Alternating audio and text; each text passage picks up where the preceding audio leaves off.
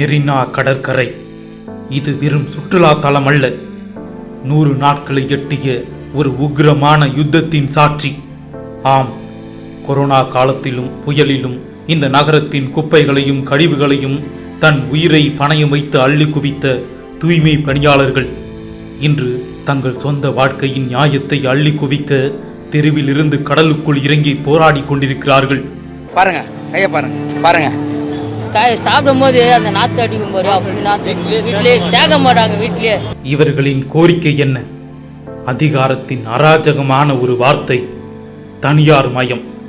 சென்னை மாநகராட்சியின் 5 மற்றும் 6 மண்டலங்களில் தூய்மை பணியை தனியார் முதலாளிகளின் கைகளில் ஒப்படைக்கும் முடிவால் 2000க்கும் மேற்பட்ட உழைப்பாளிகளின் வாழ்வு நடுவீதியில் நிறுத்தப்பட்டுள்ளது.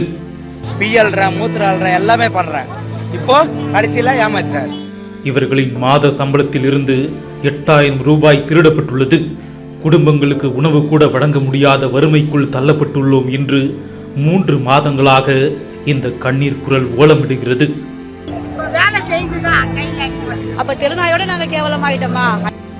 இந்த கண்ணீரை துடைக்க வேண்டிய அரசு என்ன செய்தது? உழைப்பாளிகளின் போராட்டத்தை அலட்சியப்படுத்தியது, கைது செய்தது, உண்ணாவிரதம் இருக்கக்கூட உரிமை இல்லை என வேனில் ஏற்றி சுற்ற விட்டது. 11 வருஷம் சர்வீஸ் பண்ணி பலன் எல்லாம் போச்சு. என்னுடைய வாலிபமே போச்சு. ஆளும் கட்சியின் தேர்தல் வாக்குறுதி என்ன? அன்று 153 மற்றும் 285வது வாக்குறுதிகள் என்ன சொன்னது? அனைத்து தூய்மை பணியாளர்களுக்கும் நிரந்தர பணி. ஆனால் இன்று அந்த வாக்குறுதிகள் எங்கே போயின? இதுதான் நீங்கள் பேசும் திராவிட மாடலா?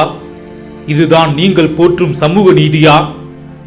உழைப்பாளியின் வாழ்க்கையை பிடுங்கி பெரு முதலாளிகளின் பைக்குள் போடும் இந்த தனியார் மைய கொள்கைக்கு பெயர் என்ன?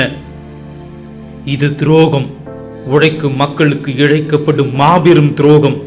சென்னை மாநகரமே, உங்கள் வீதிகளின் சுகாதாரத்தை, உங்கள் வாழ்க்கையின் தூய்மையை உறுதி செய்தவர்கள் இவர்கள். இன்று தங்கள் வாழ்க்கையின் தூய்மையை, தங்கள் பணி நிரந்தரத்தை உறுதி செய்ய போராடுகிறார்கள். அன்று மெரினாவில் அவர்கள் கடலில் இறங்கியது போராட்டத்தின் ஆழத்தை உங்களுக்கு உணர்த்தத்தான். இன்று மெரினா சாலையில் போராடுவதும் அந்த ஒரு ஜான் வயிற்றுக்குத்தான். பணி நிரந்தரம், தனியார் மயம் ரத்து என்ற கோரிக்கைக்காக போராடும் உழைப்பாளிகளை நோக்கி ஆளும் அரசும் அதிகாரிகளும் செல்ல தடுப்பது எது?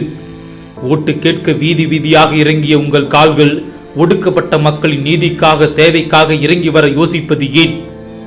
உழைக்கும் மக்களின் கண்ணீரை துடைக்க அரசு முன்வர வேண்டும். இது உழைப்பின் குரல். இது நியாயத்தின் யுத்தம்.